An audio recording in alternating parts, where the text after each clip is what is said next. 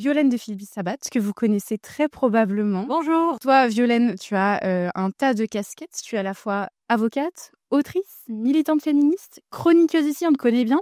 Sandrine Josso, députée MoDem de Loire-Atlantique depuis 2017. Bonjour. Pour les vieweuses et les viewers qui ne sont pas forcément férus de politique, MoDem, Mouvement démocrate, donc créé par Bayrou en 2007. Voilà, qui fait partie du camp présidentiel. Actuellement, donc on a appris hier, vous êtes officiellement sur la mission gouvernementale qui concerne la soumission chimique. Absolument. Vous êtes aussi marraine de cœur d'une association qui s'appelle M'endors pas contre la soumission chimique, qui a été créée par Caroline Darian, donc la fille de Gisèle Pellicot. Exact. Vous l'êtes depuis quelques années, il me semble. Je suis marraine de cette association quelques semaines après ma rencontre avec donc Caroline Darian-Perronnet, quand j'étais en convalescence lorsque j'ai été droguée à mon insu. J'ai compris qu'on avait affaire à une vraie problématique de santé publique. Et à ce moment-là, je me suis rapprochée de toutes les personnes qui pouvaient me donner des informations pour que je puisse alerter le gouvernement et proposer quelque chose. Et j'ai rencontré Caroline Darian-Perronnet et ça a tout de suite matché et je travaille avec elle au sein de l'association M'endors pas en tant que marraine et porte-parole pour faire avancer la prévention de la soumission chimique, mais aussi l'accompagnement de toutes les victimes. Puis tout à l'heure, on parle de mission gouvernementale. Peut-être que certaines de nos viewers, certains de nos viewers ne savent pas exactement de quoi il s'agit. Alors la mission gouvernementale, c'est quoi? C'est quelque chose qui est donné, une sorte de mission qui est donnée exclusivement par le Premier ministre à un député pour qu'il puisse se concentrer pendant 6 mois sur un sujet important. Et ce sujet important, c'est cette forme de violence qui est la soumission chimique. Il est important de faire un état des lieux, de proposer dans cette mission un rapport avec des préconisations. Cette mission, elle va durer donc 6 mois, comme je vous l'ai dit, et on va proposer avec une sénatrice, parce que je suis accompagnée d'une sénatrice qui s'appelle Véronique Guillotin, des mesures, peut-être aussi une proposition de loi, et tout ce qui fera avancer cette cause et qui permettra d'endiguer ce fléau. On en parlera en détail tout à l'heure, mais déjà, dans un premier temps, est-ce que vous pourriez nous expliquer ce qu'est la soumission chimique, vraiment de façon super concrète? Très simplement, c'est quoi la soumission chimique? C'est donc être drogué à son insu par des médicaments ou des drogues.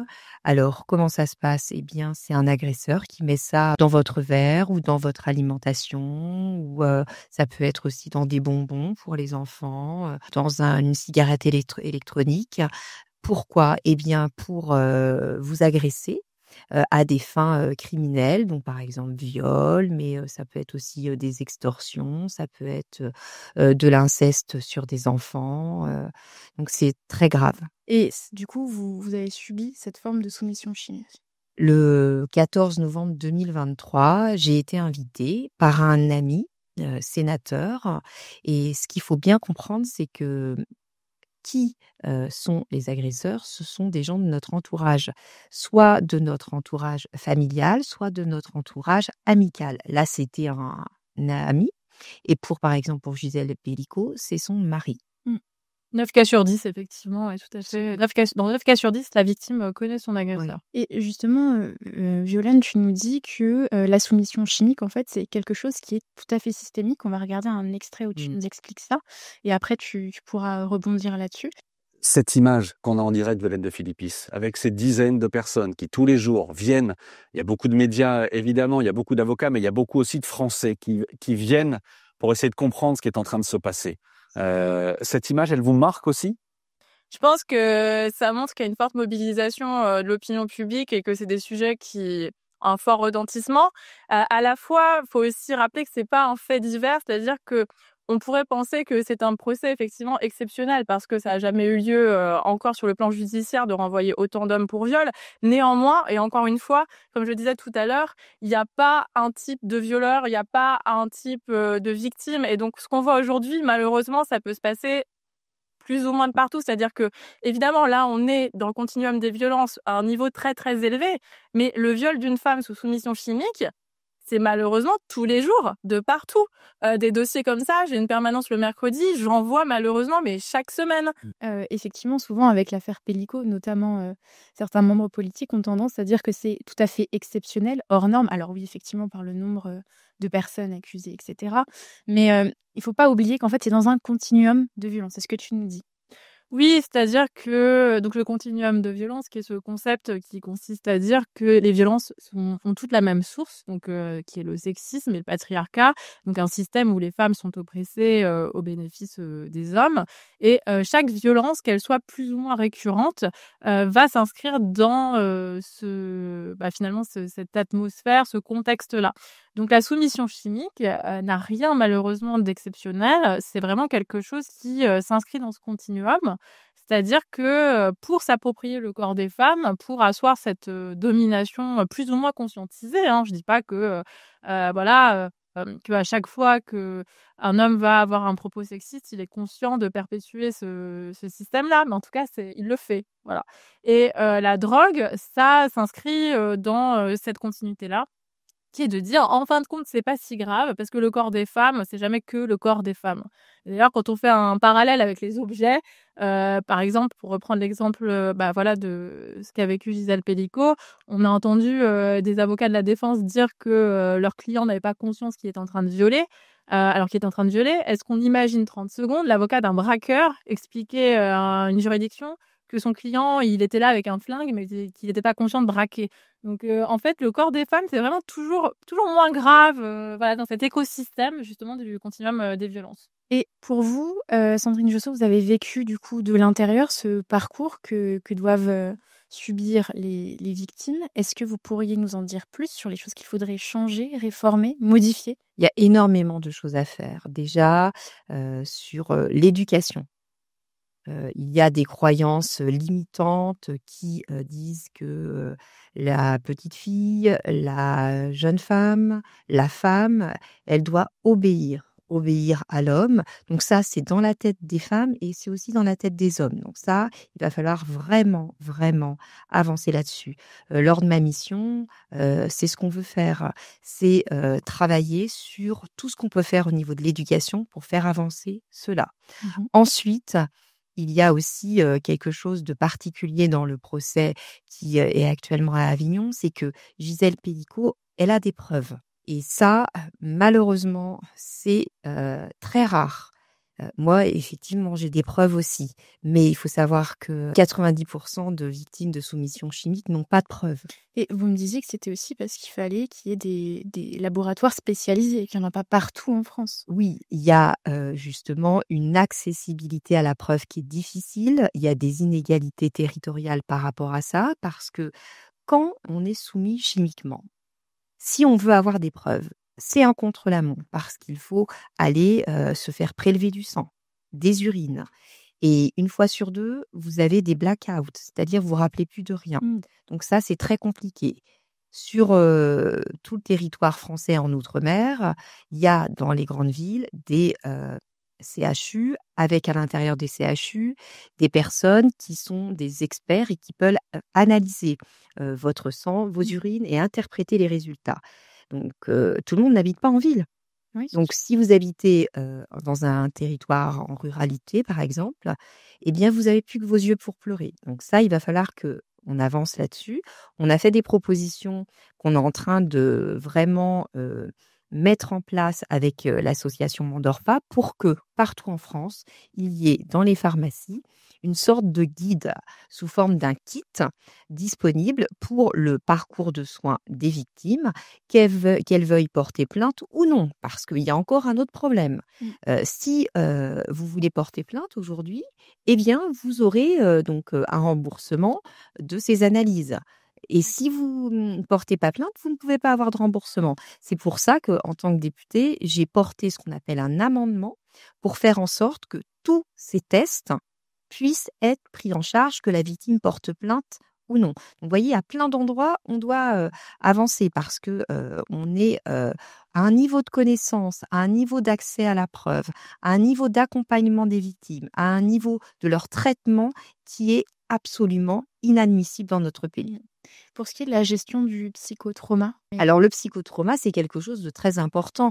Beaucoup de victimes en parlent, des spécialistes en parlent, mais c'est encore méconnu. Le psychotrauma, c'est quand vous avez, quelque chose de traumatique qui vous arrive, vous avez après, ce qu'on appelle un stress post-traumatique. Alors il s'exprime de différentes manières.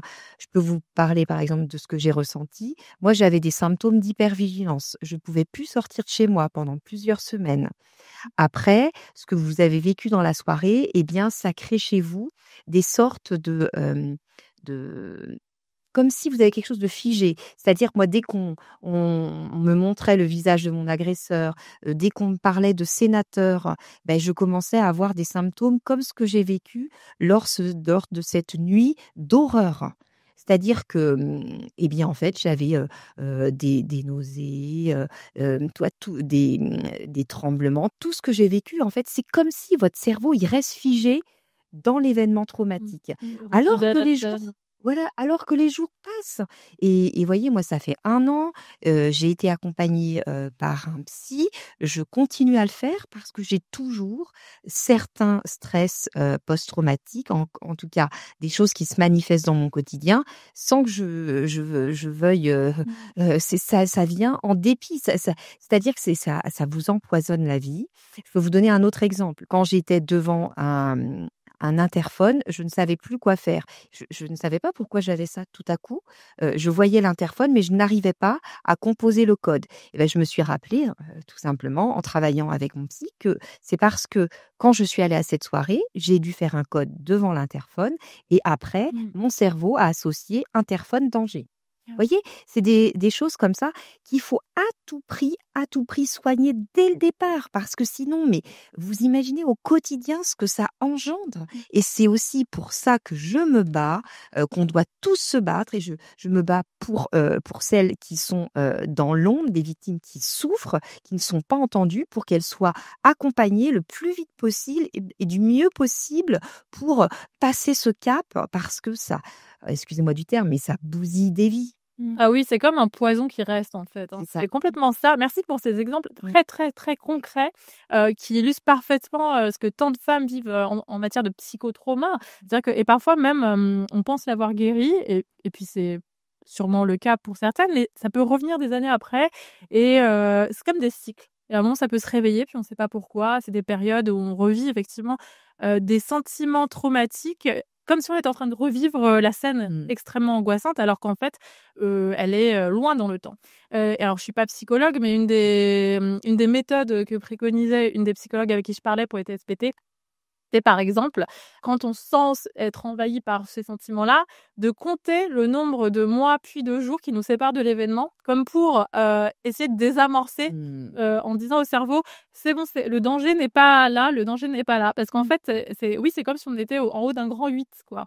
Avec, cette sensation de: «Hop, on va tomber, d'un coup». Alors qu'il y a pas de danger en face. C'est complètement ça et vous avez votre cerveau qui vous dit: «Mais non, continue, avance» et puis, il y a une autre partie en vous qui reste figée dans ce traumatisme-là. C'est comme si vous étiez dans une voiture, le pied sur l'accélérateur et la main sur le frein à main et ça rend mais, le quotidien infernal. Et du coup, ce que comprennent pas les forces de l'ordre parfois durant les auditions ou même les magistrats, même certains experts, beaucoup d'experts qui sont pas formés à ces questions-là et qui pourtant expertisent des victimes, bah, c'est le comportement qui parfois semble incohérent des victimes d'un point de vue extérieur. C'est-à-dire que on va reprocher aux victimes qui souffrent d'un trouble de stress post-traumatique d'avoir des comportements incohérents, alors qu'en réalité, ça prouve au contraire qu'elles Absolument. souffrent d'un TSPT, d'un trouble de stress post-traumatique.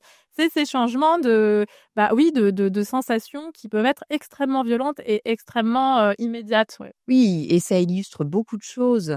Si, on n'est pas aujourd'hui, en capacité de comprendre ce que c'est le stress post-traumatique, c'est parce qu'il y a pas assez de formation, dans ce domaine.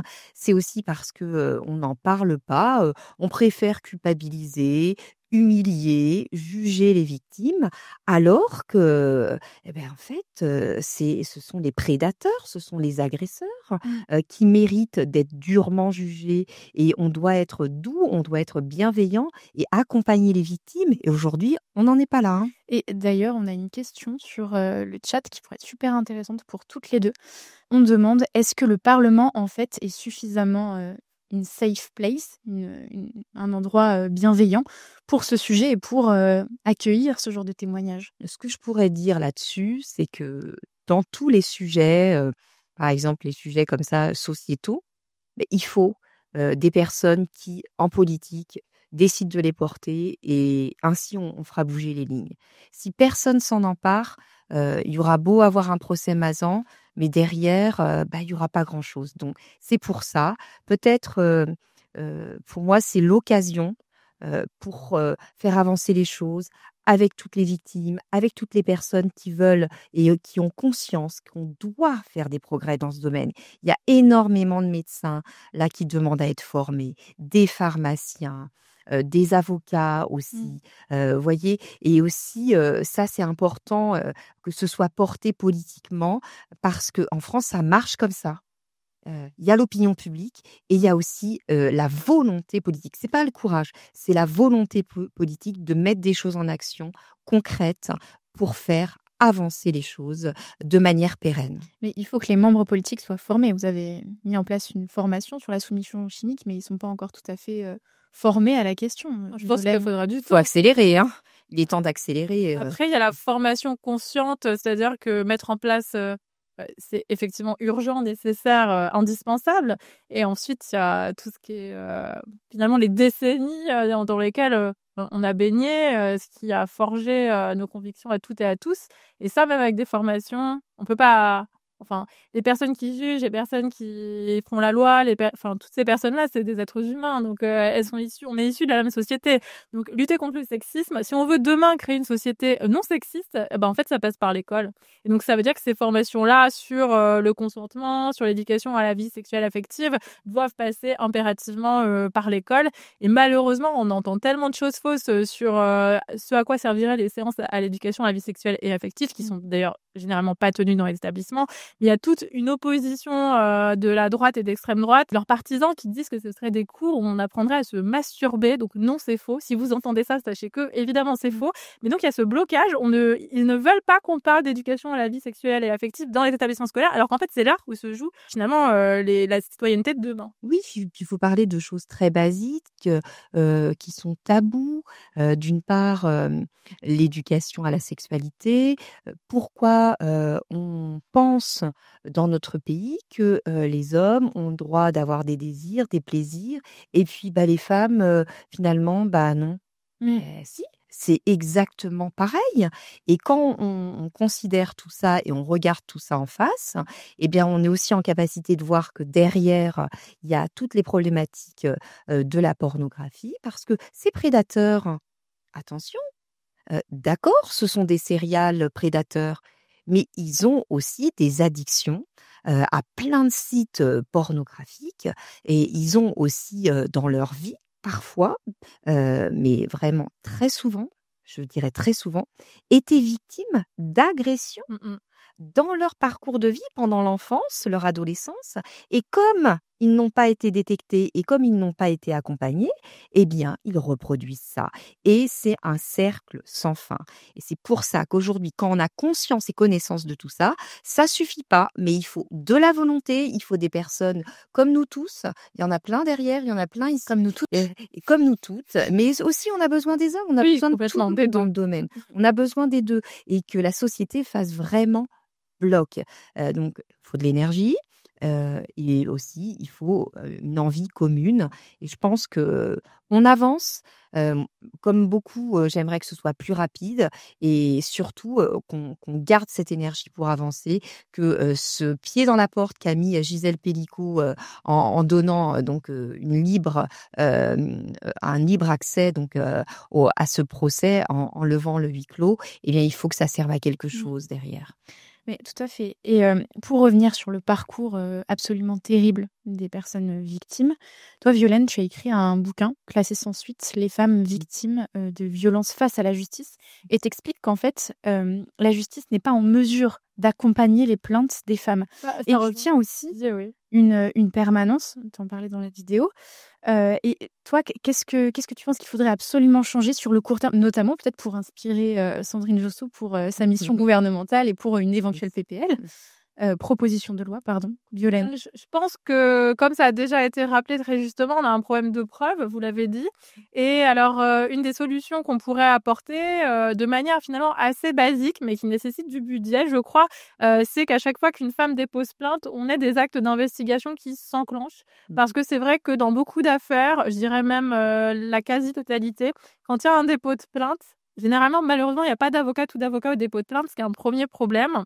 Même moi, quand je viens accompagner déposer plainte, même devant moi, parfois, il y a des forces de l'ordre qui disent: «Ah bah, vous êtes là, maître, mais bon, pour un dépôt de plainte, c'est pas la peine, hein», et donc en fait, bien sûr que si, on est important et pourquoi?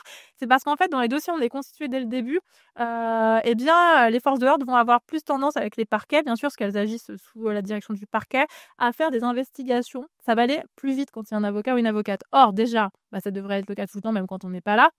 Mais je pense que ça devrait être marqué dans la loi, alors peut-être le code de procédure pénale, ou alors si c'est pas du registre du législateur ou la législatrice, si c'est pas dans le code de procédure pénale, peut-être une circulaire, mais bon, la problématique des circulaires, c'est que ça vaut ce que ça vaut. Et pour dire, voilà, quand une femme, quand un individu, parce qu'il faut il faut employer un langage neutre dans la loi, quand quelqu'un dépose plainte, des actes d'investigation doivent être menés s'agissant des violences sexuelles ou plus largement des violences. Et en l'occurrence, ça pourrait être l'audition de la personne accusée, donc en l'occurrence la de l'homme accusé, dans un délai raisonnable, à discuter combien ce serait de temps, la saisie du matériel informatique et des téléphones portables. Parce que là, j'ai une affaire il y a 2 mois où à la base, j'étais saisie pour diffusion de vidéos intimes de la femme concernée. Puis en fait, en saisissant le téléphone, on s'est rendu compte qu'il y avait des vidéos des enfants dessus aussi. Problématique du contenu pédocriminel. Donc saisie du téléphone portable, du matériel informatique, audition de la personne accusée, on l'a déjà dit, et enquête d'environnement, c'est-à-dire auditionner au moins 4-5 proches. Et rien que ça, rien que ça, si on faisait ça dans un délai de 2 mois après le dépôt de plainte, il y a des dossiers ou même si on pense qu'il n'y a pas de preuves, on en trouverait peut-être en allant chercher les ex-compagnes, en allant chercher dans les téléphones, et en fait on trouve des preuves là-dedans et ça éviterait beaucoup de classements. Et même si ça évite pas les classements, c'est-à-dire même dans l'hypothèse où on ne trouverait rien, je pense que les victimes auraient le sentiment qu'au moins on a cherché. Alors que là, aujourd'hui, quand on dépose plainte et qu'il n'y a rien qui se passe derrière, eh ben, en fait, du coup, ça donne le sentiment qu'elles ont mal parlé, elles se sentent coupables d'avoir mal fait quelque chose. Et je passe beaucoup de temps à leur expliquer en permanence, justement, que malheureusement, c'est la règle, que, en fait, c'est ce qu'on appelle notamment la victimisation secondaire. C'est-à-dire que malheureusement, c'est la règle, ce traitement par le système, que donc, c'est pas de leur faute. Et qu'en fait, c'est tout le temps comme ça quasiment. Que donc, c'est pas de leur faute si elles n'ont pas une nouvelle, c'est pas de leur faute si elles savent pas où on est leur plainte, c'est pas de leur faute si elles savent pas si leur dossier a été classé, c'est pas de leur faute si elles ont demandé le dossier classé et qu'elles l'ont pas reçu. C'est qu'en fait, c'est la règle.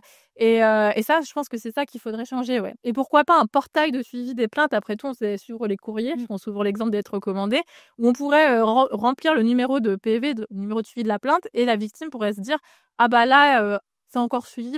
Ça rassure en fait d'avoir une accroche avec le suivi de la procédure qui aujourd'hui est inaccessible et inintelligible. Voilà. Et ça, en fait, en soi, techniquement, c'est pas compliqué, mais ça demande du budget. Parce que là, après, comment les policiers, les policières qui sont déjà surchargés, qui ont parfois plusieurs centaines de dossiers ouverts, d'enquêtes ouvertes, comment est-ce qu'ils et elles peuvent faire pour faire des diligences dans tous les dossiers sans plus de moyens? Oui, on en arrive toujours sur le budget. Ouais. C'est quelques propositions qui pourraient vous aiguiller pour Oui, gouvernemental. comme absolument, comme également aussi toute cette coordination qui fait défaut, toute cette collaboration qui fait défaut, évidemment.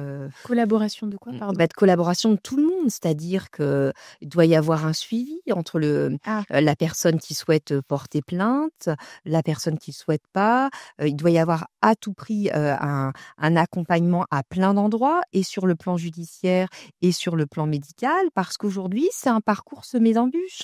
Si on regarde ce qui m'est arrivé, eh bien, finalement, grâce au fait qu'on a agi rapidement, Eh bien, le lendemain, comme j'ai indiqué, la personne qui m'a agressée, la personne qui m'a agressée, elle était dans tel appartement. J'ai vu la drogue. En fait, c'est quand j'ai vu qu'il avait un sachet dans la main et qu'il cachait ce sachet et que j'ai compris que ce sachet était un sachet de drogue parce que j'avais des manifestations et des malaises tellement importants que j'ai fait la relation. Eh bien, j'ai pu dire aux enquêteurs le lendemain, la drogue est dans un tiroir sous le plan de travail dans la cuisine. Je l'ai vu cacher ce sachet. Et comme ça a été très rapide, eh bien, ils sont allés chez lui, ils sont allés perquisitionner. Et voyez, ça devrait être tout le temps comme ça. Mmh. C'est ça qu'il faut faire. Oui, c'est ça. Ça devrait pas être la loterie en fonction, de dans quel commissariat on se retrouve et des fonctions qu'on a ou est-ce qu'on a l'assistance d'un avocat ou d'une avocate ou pas. En fait, tout le monde devrait pouvoir bénéficier, Exactement, une égalité de traitement. Et là, il y a des urgences parce que récupérer le téléphone portable, faire une perquisition, ça, c'est de toute façon, de toutes ces manières-là, il faut aussi agir vite. Et ça, aujourd'hui, c'est pas le cas.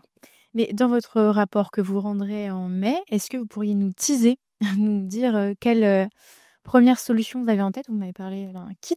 C'est quoi un kit? C'est tout simplement permettre à toutes les victimes partout en France d'aller dans une pharmacie, d'aller exprimer ce qu'elles ont vécu, qu'on puisse dire à ces victimes, venez, là, on va appeler, par exemple, le CRAF.com. C'est une sorte de, on va dire, c'est une plateforme où vous pouvez avoir un téléconseiller qui, en fonction de ce que vous allez dire, va vous aiguiller en disant, voilà, vous devez aller, par exemple, vous faire prélever du sang ou des urines, ou peut-être c'est trop tard, donc allez plutôt vous faire prélever une mèche de cheveux.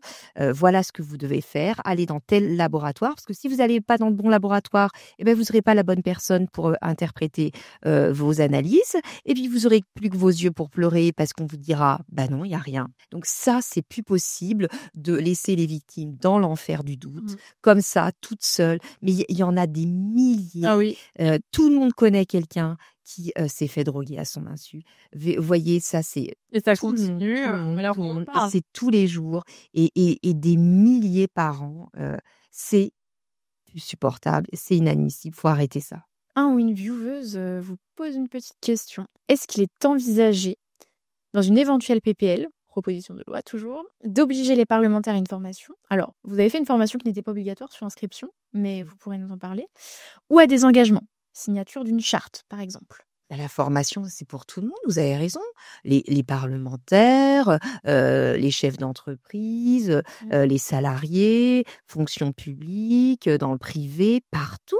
C'est indispensable si on veut endiguer les choses, si on veut mettre en place des changements au niveau de certaines normes. Il faut passer par des actes. Il faut aussi donner de l'information et qu'on ait des prises de conscience. Aujourd'hui, mais à certains endroits, mais on est ignare. Quand j'entends ce matin un avocat à Avignon tenir des propos, mais qui desservent complètement, finalement, au bout du compte, la prise en compte des victimes, parce que cet avocat, il est presque en train de faire l'apologie des prédateurs pour la défense. Mais Je suis même pas sûre que ça fonctionne en défense, c'est d'ailleurs, maintenant. En tout cas, terrible. j'espère pas, mais C'est terrible, mais on en est encore là. oui, on en est encore là. Mais d'ailleurs, ça me fait penser à la défense qui avait été développée pour Nicolas Bedos, dont la défense avait consisté à dire qu'il était désolé parce qu'il avait trop bu, parce que c'était pas si grave, comme s'il avait pas fait exprès. Alors qu'en réalité, enfin, en tout cas, ce type de défense devient inaudible pour une partie des juridictions. Et ça, je crois que, heureusement, et ça peut même énerver les magistrats parce que, en fait, il aurait peut-être été plus intelligent de dire voilà, j'ai grandi dans une société sexiste, j'ai fait ce que j'ai fait, mais je ne suis pas un monstre, je suis finalement un homme ordinaire qui exprime des regrets, en fait, mais assume qu'il a agressé sexuellement. Alors que là, ne pas assumer qu'on a agressé sexuellement et en fait dire non, c'est pas si grave, je crois qu'en ligne de défense, en tout cas, j'espère que ça marche moins qu'avant. Mmh. Mais en tout cas, que mes confrères continuent de le plaider, je suis hyper d'accord avec vous, c'est extrêmement problématique. Et d'ailleurs, je pense que si dans les mois qui viennent ou les années qui viennent, on réforme, qu'il y a des lois qui viennent préciser, notamment par exemple ce qu'est la soumission chimique, ce qu'est le viol par surprise, parce que la soumission chimique, ça peut être de la contrainte ou de la surprise selon les juridictions, quand il y a les juges. Peut-être que ça évitera ce genre de plaidoirie aussi. D'ailleurs, quid éventuellement dans la proposition de loi de réfléchir à certains cas où en fait l'auteur des faits est présumé avoir eu conscience qu'il violait. C'est-à-dire que si la personne est inconsciente ou droguée ou endormie, est-ce qu'on ne pourrait pas présumer de l'intention de violer? Et oui, parce que beaucoup de prédateurs voient la vulnérabilité de la personne et d'ailleurs en profitent. Parfois, vous avez juste consommé un peu d'alcool et c'est pas normal qu'un prédateur, en fait, se dise bon, là, elle a consommé un peu d'alcool, donc je vais en profiter parce que elle est vulnérable. Mais quand vous êtes vulnérable, vous êtes pas coupable, c'est lui le coupable. Voyez? Violaine, si on peut revenir sur, la loi, concernant le viol, Oui. nous détailler un peu les 4 caractéristiques, la présomption de consentement actuellement, si tu peux nous faire un petit en fait, on a, une avocate, donc autant en profiter, je trouve que c'est chouette. Au niveau de la loi aujourd'hui, ce qui est prévu, c'est que pour caractériser le viol, comme toute infraction d'ailleurs, vous avez l'élément matériel d'une part et l'élément intentionnel d'autre part. Ça veut dire qu'il faut un acte matériel pour constituer le viol ou l'agression sexuelle, le cas échéant. Et de l'autre côté, l'acte intentionnel. Bon, ça, c'est en droit pénal français, la matérialité de l'infraction et l'intention de l'infraction. Ensuite, concernant le viol et l'agression sexuelle, on va avoir 4 caractéristiques. Pour le viol, ça va être la pénétration par surprise, menace, contrainte ou violence. Et pour l'agression sexuelle, ça va être toute atteinte sexuelle par surprise, menace, contrainte ou violence. Ça, c'est la matérialité. Et cette matérialité, en réalité, les juridictions aujourd'hui, à l'heure où on parle, elles s'en sont saisies pour couvrir tout un tas de situations. Puisqu'en fait, ces 4 caractéristiques qu'on vient de citer ne sont pas définies aujourd'hui par le code pénal. Dans le code pénal, il nous dit violence, menace, surprise, contrainte. Mais il nous dit pas ce que c'est. C'est-à-dire qu'il n'y a pas de définition de la surprise, il n'y a pas de définition de la menace, etc. Donc, les juridictions, elles ont pour mission d'interpréter la loi. Et qui c'est qui interprète la loi pour uniformiser tout en haut? C'est la chambre criminelle de la Cour de cassation, qui vient nous dire, par exemple, qui fait rentrer la soumission chimique dans les cas de viol par surprise en réalité, ou par contrainte d'ailleurs. Enfin, en tout cas, qui fait rentrer la soumission chimique dans ces cas de viol, bien sûr.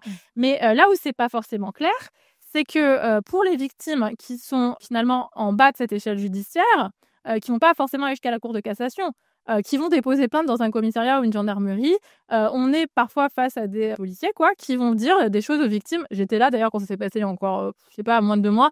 Un homme qui a été victime de viol par son grand-père quand il était petit, que j'assiste, on s'assoit et le policier nous dit, bon, après avoir levé les yeux au ciel comme ça, ce qui était samedi, que visiblement on le dérangeait, voilà, vous auriez pu prendre rendez-vous, etc. Moi, de dire, bah non, on est là aujourd'hui, donc voilà. Bref, de nous dire, il le regarde lui, puis il lui dit, bon alors, c'est viol ou c'est agression sexuelle là? Parce que bon, mon collègue, il a marqué ça, mais du coup, c'est quoi? Du coup, déjà, l'homme concerné, donc il a été victime quand il était enfant, je le répète, il savait pas. Donc moi, j'ai répondu, en l'occurrence, c'est les deux, puisqu'il y avait les 2 qualifications, d'agression et un viol.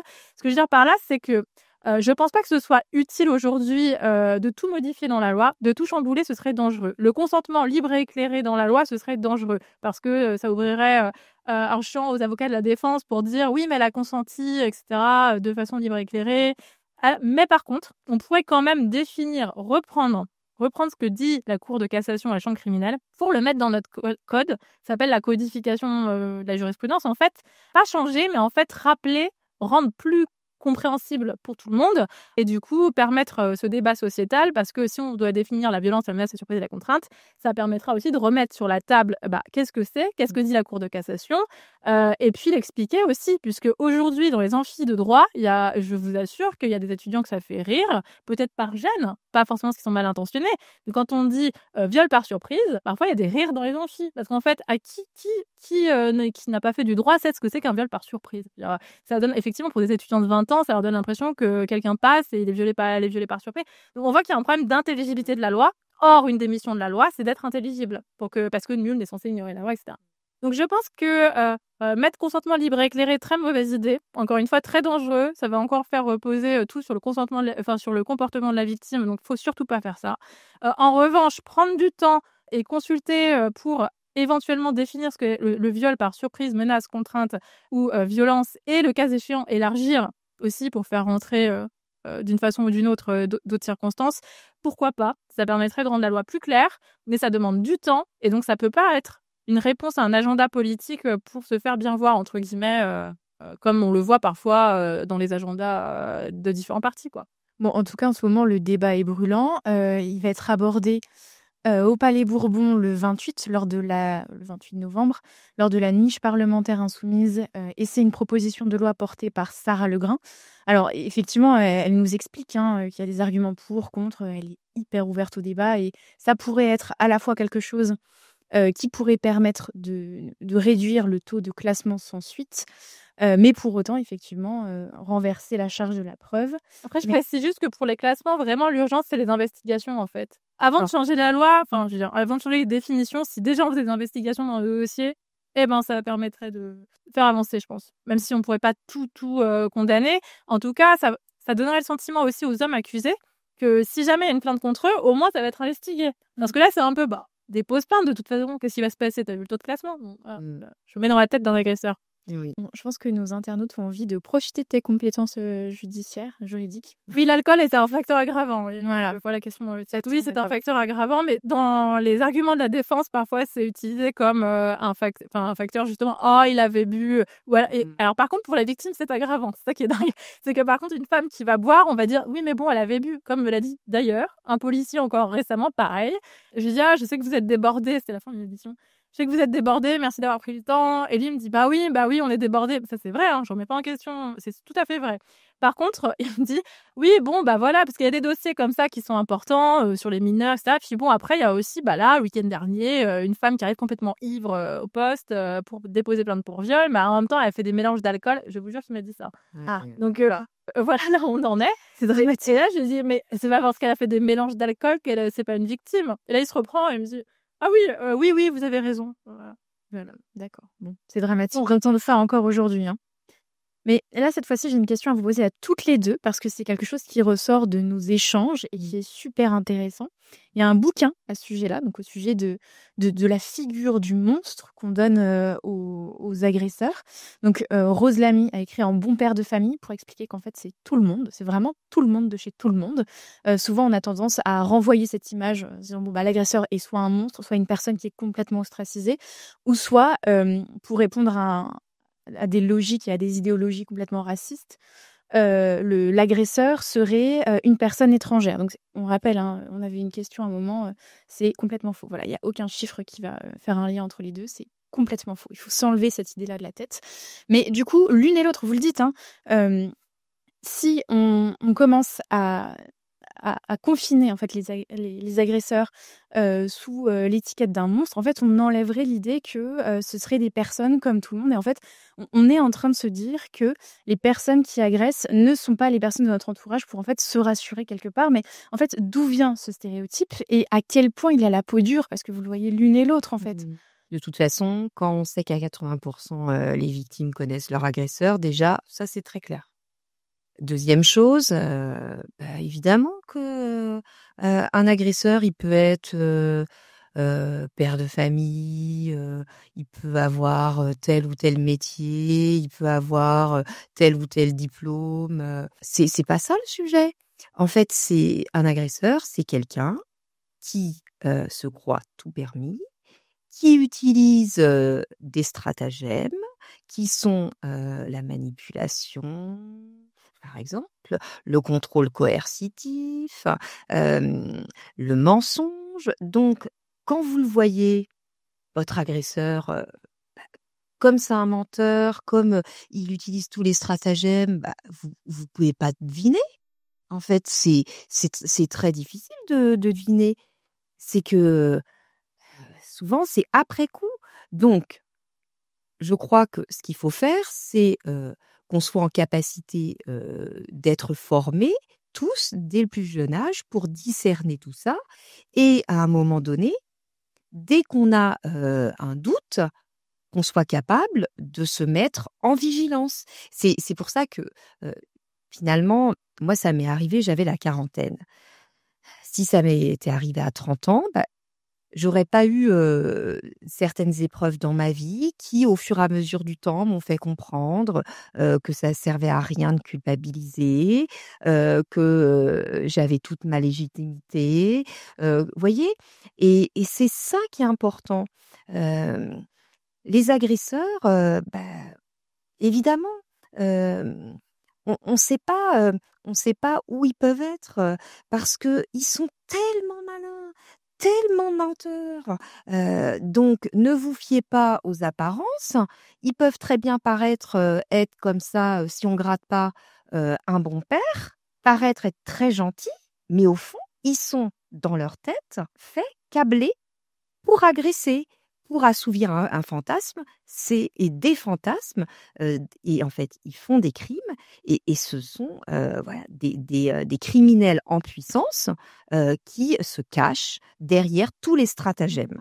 C'est ça un agresseur en vrai. D'ailleurs, Caroline Darian, dans son livre Et j'ai cessé de t'appeler papa, explique que Dominique Pellicot, donc son père, était un père et un grand-père tout à fait exemplaires, attentionnés, mais que c'est aussi le prédateur qu'on connaît et l'agresseur qu'on connaît en fait. Donc voilà, ces deux identités sont pas incompatibles. Mais souvent, elles sont cumulées, en fait. Oui, c'est-à-dire c'est des identités qui se cumulent.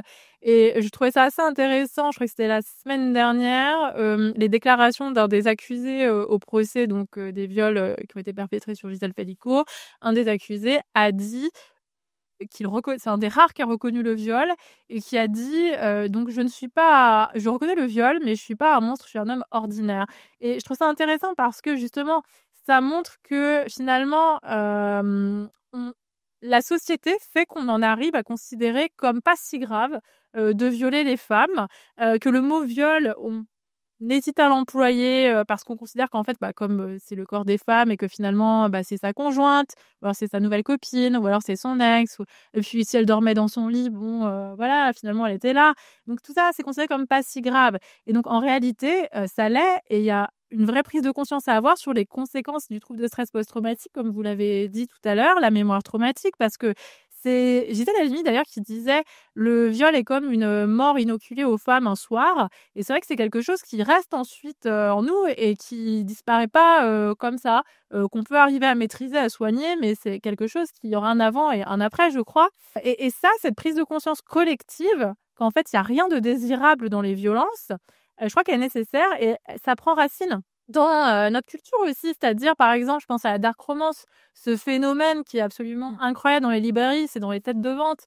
C'est des lectrices qui ont entre 18 et 30 ans, parce que Parfois plus jeunes, hein, ados. parfois, en grandissant, en devenant une femme adulte, on se rend compte de certaines choses. Et moi aussi, pour avoir vécu ce chemin-là, c'est sûr qu'il y a 15 ans en arrière, j'aurais pas eu cette maturité pour déconstruire. Or, ces jeunes femmes de 20 ans qui donc prennent des bouquins de dark romance dans lesquels on présente des viols comme des choses désirables. Il y a quand même la directrice de la maison, donc c'est Hachette qui est une filiale qui publie, je crois que c'est BMR Éditions qui publie de la dark romance beaucoup, qui disait dans une interview au Monde, attendez, nous on ne publie pas des viols, on publie juste des histoires où l'héroïne est manipulée psychologiquement et souffre. Oui, du coup, amener quelqu'un à avoir des rapports sexuels via une emprise, c'est de la contrainte. Et la contrainte morale, elle a été reconnue comme une forme de viol au titre de la contrainte, donc dans le code pénal. C'est-à-dire qu'on a des déclarations dans la presse comme ça, on voit qu'il y a une incompréhension totale sur ce qu'est en fait le viol par contrainte. Voilà, la contrainte morale, ça a été reconnu par la Cour de cassation depuis longtemps, notamment dans les affaires où le thérapeute amenait la patiente à être violée. C'est un viol et les conséquences sont graves. Et ça, je crois qu'il y a un grand travail de fond, de société d'éducation, comme vous le disiez, à mener pour que les garçons comprennent, parce que c'est pas parce qu'on est petit garçon qu'on va devenir un agresseur. C'est parce qu'on va être conditionné à considérer que le corps des femmes, et en plus qu'on aimerait être violenté. Donc il y a cette idée, d'ailleurs il y a le livre de Chloé Thibault qui est vachement bien sur la question, ça s'appelle Désirer la violence, qui démontre comment dans la pop culture, dans les émissions, dans les séries, les personnages masculins nocifs sont présentés comme attrayants pour les femmes, et comment la société amène les garçons à considérer que quand on dit non, ça peut vouloir dire oui, et qu'en plus c'est ce qu'on veut. Donc c'est sûr que bon là on rame ça. on rame. Ouais, c'est sûr. Mais il y a peut-être quelque chose aussi qui peut être intéressant. Écoutez-vous, vous voyez? Je crois que c'est ça, c'est que s'il y a quelqu'un comme ça, qui vous met mal à l'aise, faites-vous confiance. Ça doit, en fait, vous renseigner. Écoutez-vous. On a tous des intuitions, un instinct. Moi, c'est ça qui m'a sauvée. Et voyez, et c'est quand même une première piste. Faites-vous confiance.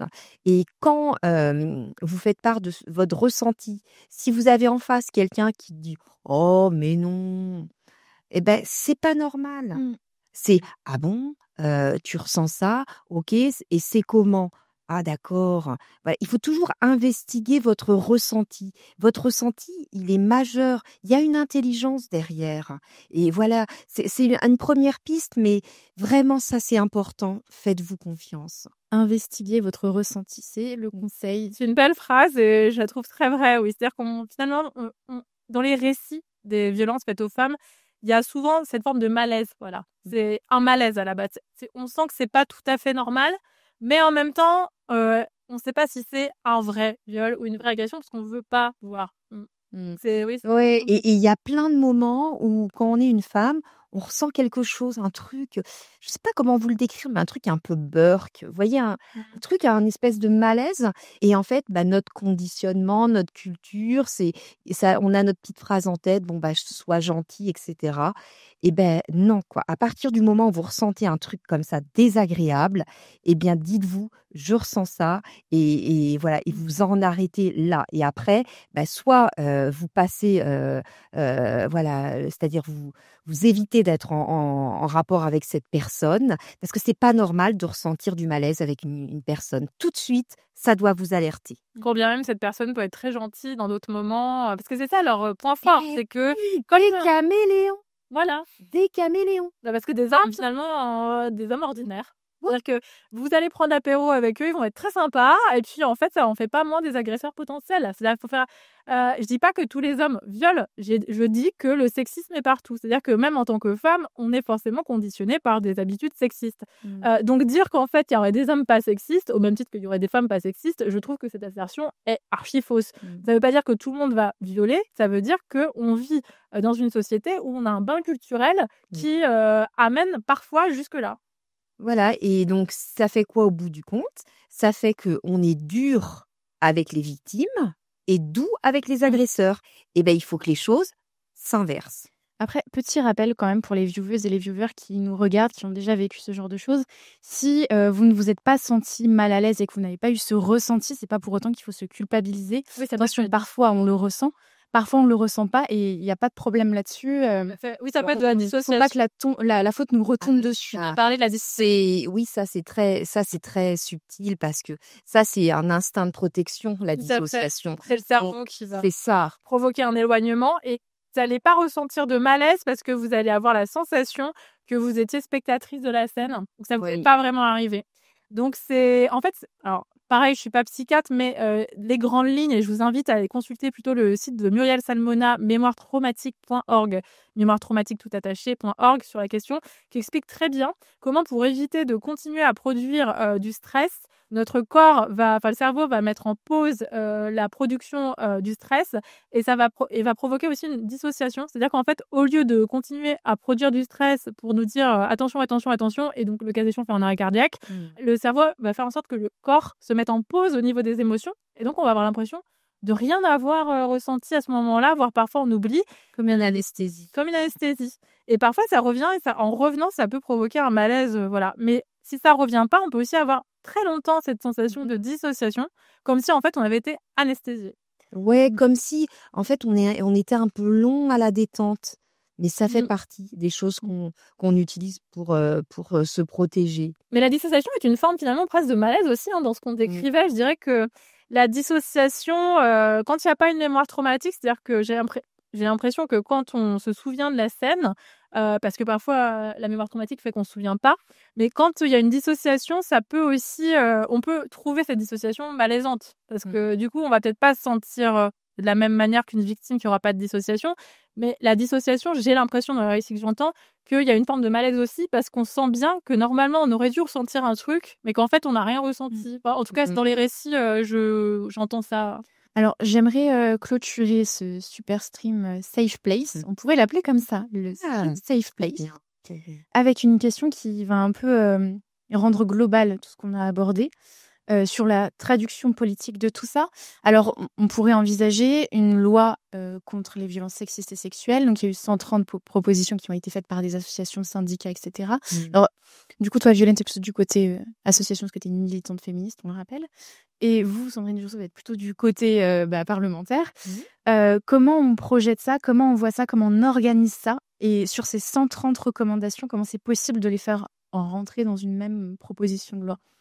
Il faut être, on va dire, tout le temps dessus, avec la volonté d'emmener des gens. Maintenant, je pense que faut rien laisser passer et peut-être, voilà, c'est l'occasion, là, grâce à Gisèle qui montre le chemin, de continuer, chacune d'entre nous, quel que soit notre rôle dans la société, continuer à labourer, à ouvrir la voie, à débroussailler parce que, on a le droit à de la perspective quand on est une femme et on a le droit, à de la perspective aussi, quand on est une victime. Effectivement, je crois que en fait, c'est travailler, collaborer tous et toutes ensemble, même si on peut avoir des divergences sur certains points. Faut pas oublier qu'on peut aussi trouver des terrains d'entente.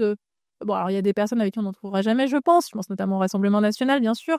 Il y a quand même des points sur lesquels on peut s'entendre. Alors je dis on, je suis pas députée, hein, mais j'ai l'impression que dans ce que vous disiez, Oui, mais on est tous citoyens. voilà, il y a ça, il y a des on est ensemble rassemblés. Il y a des sujets qui peuvent faire en sorte qu'on arrive, malgré le climat politique au Parlement, à trouver peut-être une majorité pour réformer, avancer là-dessus. C'est peut-être ça qu'on peut espérer. Oui, et c'est tout à fait possible. Moi, je l'ai fait quand j'ai porté une loi sur l'accompagnement psychologique des couples confrontés à la fausse couche. Eh bien, ça a été laborieux parce que sujet tabou. Eh bien, en discutant, c'est sûr que ça prend de l'énergie. C'est sûr qu'il faut avoir une ouverture d'esprit, mais c'est possible et on est capable d'emmener beaucoup de personnes avec nous. C'est transpartisan. Ce sont des sujets transpartisans qui nous dépassent tous. En parlant de rassembler, qu'en discutant avec des avocates qui interviennent en défense, on était quand même tombés d'accord sur un point, et alors qu'on aurait pu penser que non, mais c'est qu'elles étaient d'accord pour dire qu'il fallait investiguer les dossiers après un dépôt de plainte. Parce que, évidemment, dans leur sens, elles s'imaginent, en tout cas ce qu'elles disent, c'est que ça permettra d'innocenter mieux leurs clients, donc l'homme accusé, parce qu'elles considèrent qu'aujourd'hui, comme les Françaises et les Français n'ont plus confiance en la justice, on le voit, les classements, les acquittements ne veulent plus dire grand-chose en réalité. Donc elles estiment que si on avait plus d'actes d'investigation dans les dossiers, ce serait favorable à tout le monde, puisque du coup, on regagnerait en confiance dans la justice.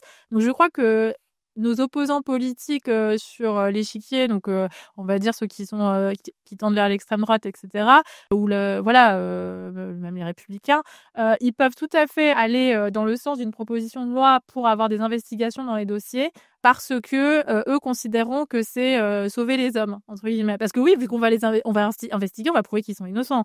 Tandis que voilà, en défense, en demande pour les victimes, on dira ça permettra de prouver que la victime dit vrai. Donc en fait, tout le monde sera d'accord pour avoir des actes d'investigation, sauf j'ai quand même rencontré un opposant à cette proposition, qui était un homme avocat de la défense et qui m'a dit quand même, mais quand même, on va pas investiguer à chaque fois, parce que vous imaginez les vies brisées, tout ça pour se rendre compte qu'à la fin, il a rien fait. Oui, c'est le principe d'une enquête pénale, en fait, c'est de démontrer qu'il dit la vérité. Donc, mais bon, voilà. Donc, il y en a quand même un qui m'a sorti, il n'était pas d'accord avec ça. Et s'il y a une victime qui se confie à vous, prenez ça comme un cadeau parce que derrière ça, en fait, elle va se sentir en confiance. Ça, c'est un des premiers besoins qu'ont les victimes. Et puis ensuite, elle va se sentir soutenue. Et ça donne l'énergie aussi pour combattre. Ouais, tout à fait. N'hésitez pas à soutenir vos proches et aussi à leur dire qu'ils peuvent tout à fait consulter des personnes professionnelles qui pourraient les aider si jamais ils ont besoin de plus, notamment des psychologues, mais aussi des personnes qui pourraient les aider dans les démarches à suivre. Bon, en tout cas, merci beaucoup, Violaine de Philibis Sabat. Merci beaucoup, Sandrine Josso.